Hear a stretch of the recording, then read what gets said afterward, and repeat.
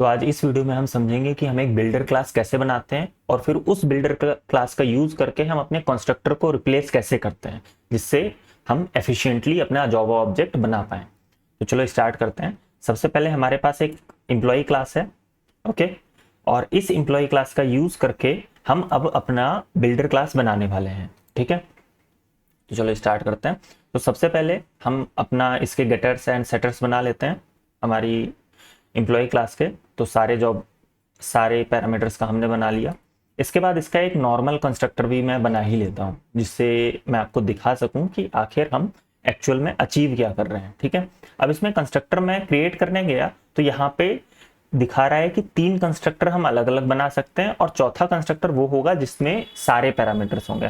तो अभी के लिए हम मेन कंस्ट्रक्टर ही बना लेते हैं। ठीक है, अब हमने मेन कंस्ट्रक्टर बना लिया। मैं पहला आपको इसका एक ऑब्जेक्ट बना के दिखाता हूं कि हम इसका यूज करके जब एक ऑब्जेक्ट बना रहे हैं तो कैसे बन रहा है। ठीक है, सबसे पहले हमने बनाया employee equals to new employee. Okay, अब यहाँ पे हमें सारे पैरामीटर्स पास करने पड़ेंगे। जैसे पहला वाला मैंने पास किया, ठीक है, नेम पास कर दिया, फिर हम सैलरी पास करी, ठीक, और इसके बाद में अपना डिजिग्नेशन पास कर दिया। Okay, software engineer. अब ये हमारा एक जावा ऑब्जेक्ट बनके तैयार हो गया। अब सैलरी क्योंकि इंटीजर में है तो हमें यहाँ पे इंटीजर में पास करनी है और बाकी सब हमारा स्ट्रिंग में था। ठीक है, अब अगर मैं इसको प्रिंट करवाऊं तो ये हमारा एक नॉर्मल जावा ऑब्जेक्ट प्रिंट कर देगा। इसको प्रिंट करवाने के लिए हमें पता है कि हम हमारा टू स्ट्रिंग मेथड ओवरराइड कर सकते हैं। So just go and override it for name salary and designation. Okay, और ये हमारा बना के तैयार कर देगा। ठीक, अब अगर हम इसको रन करेंगे तो हमारा एम्प्लॉय ऑब्जेक्ट जो अभी हमने क्रिएट किया है with name salary and designation वो प्रिंट हो जाएगा।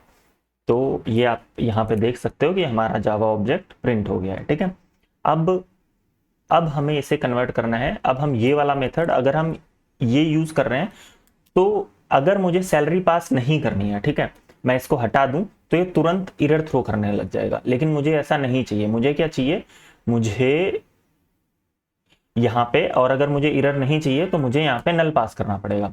तो ये एक एफिशिएंट तरीका नहीं है। अभी कल को मेरे पास 20 पैरामीटर्स हैं तो मुझे ध्यान रखना पड़ेगा कि कहाँ पे नल पास करना है, कहाँ पे सही वैल्यू पास करनी है। तो ये काफ़ी कंफ्यूजिंग तरीका हो जाता है। तो अब इसको हम रिजॉल्व करेंगे बिल्डर क्लास की हेल्प से। तो सबसे पहले स्टार्ट करते हैं। हम अपनी एम्प्लॉय क्लास के अंदर आ गए और इसके अंदर हम एक क्लास क्रिएट करेंगे, पब्लिक स्टैटिक क्लास। ठीक है, ये एक इनर क्लास होगी और इसका नाम हम रख देंगे बिल्डर।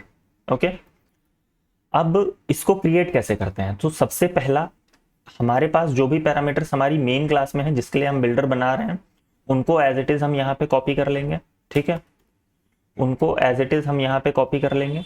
उसके बाद में दूसरी चीज हम यहाँ पे बनाएंगे हमारे सारे पैरामीटर्स के लिए एक एक फंक्शन। ठीक, वो फंक्शन रिटर्न क्या करेंगे, वो फंक्शन रिटर्न करेंगे हमारा बिल्डर।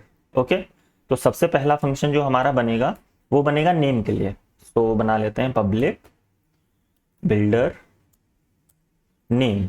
ओके, यहाँ पे हमारा नेम पास होगा, नेम, और यहां से होगा this dot name equals to name, और ये रिटर्न क्या करेगा, ये रिटर्न कर देगा रिटर्न दिस। ठीक है, इसने क्या लिया, नेम पैरामीटर लिया, नेम की वैल्यू इस वाले नेम पैरामीटर में सेट कर दी और रिटर्न कर दिया हमारा बिल्डर। ओके, अब यही सेम चीज हमें बाकी के 2 पैरामीटर्स के लिए भी करनी है।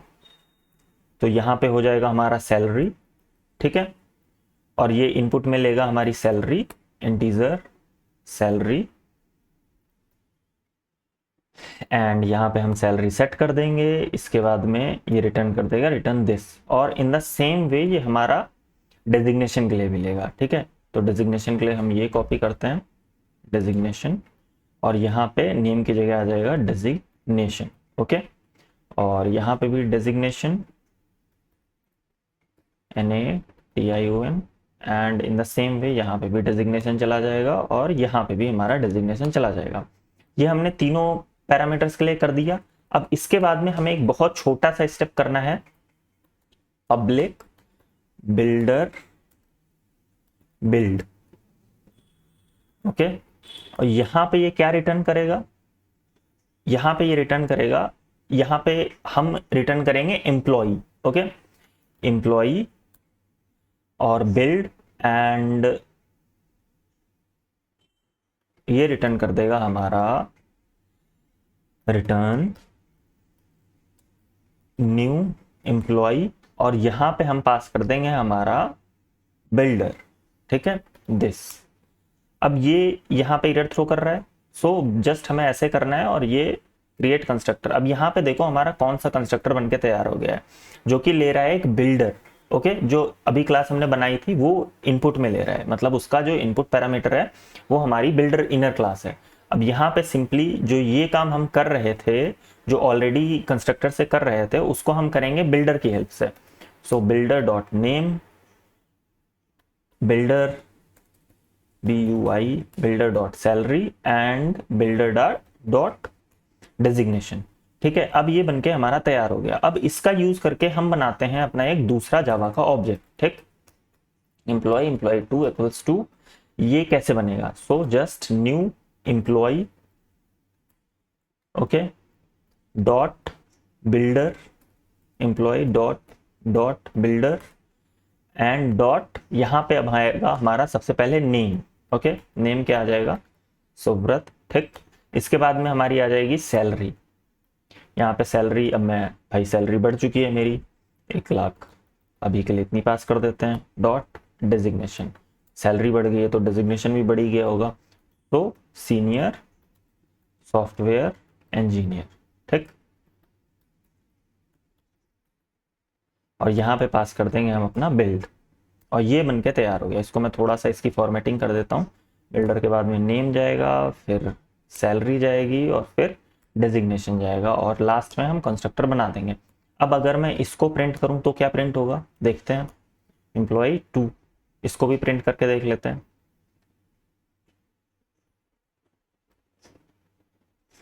तो पहले प्रिंट होगा हमारा ये वाला एम्प्लॉय, और दोबारा में प्रिंट हुआ है सीनियर सॉफ्टवेयर इंजीनियर। पहले मैं सॉफ्टवेयर इंजीनियर था, मैं सीनियर सॉफ्टवेयर इंजीनियर हो गया, और मेरा कंस्ट्रक्टर बनाने का तरीका भी अपडेट हो गया।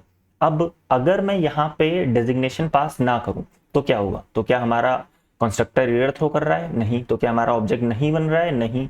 अच्छा, इसे रन करने पे देख लेते हैं, क्या पता रन करने पे कोई एरर आ जाए, नहीं आई, इसने अपने आप से वहां पे नल लगा दिया। सो ये होता है फायदा जब हम अपने कंस्ट्रक्टर को इस तरीके से यूज ना करके एक बिल्डर पैटर्न का यूज करके बनाना स्टार्ट करते हैं। अब हम नेक्स्ट वीडियो में समझेंगे कि हम मेथड चैनिंग कैसे करते हैं और कैसे रेस्ट्रिक्ट करते हैं कि हमें स्पेसिफिक नंबर ऑफ पैरामीटर्स हमारे बिल्डर पैटर्न में चाहिए ही चाहिए, या एक कंस्ट्रक्टर क्रिएट करते टाइम चाहिए ही चाहिए। सो ये सब हम देखेंगे नेक्स्ट वीडियो में। तो आप सब्सक्राइब कर लो, जिससे आने वाले वीडियोस आपसे मिस नहीं होने चाहिए।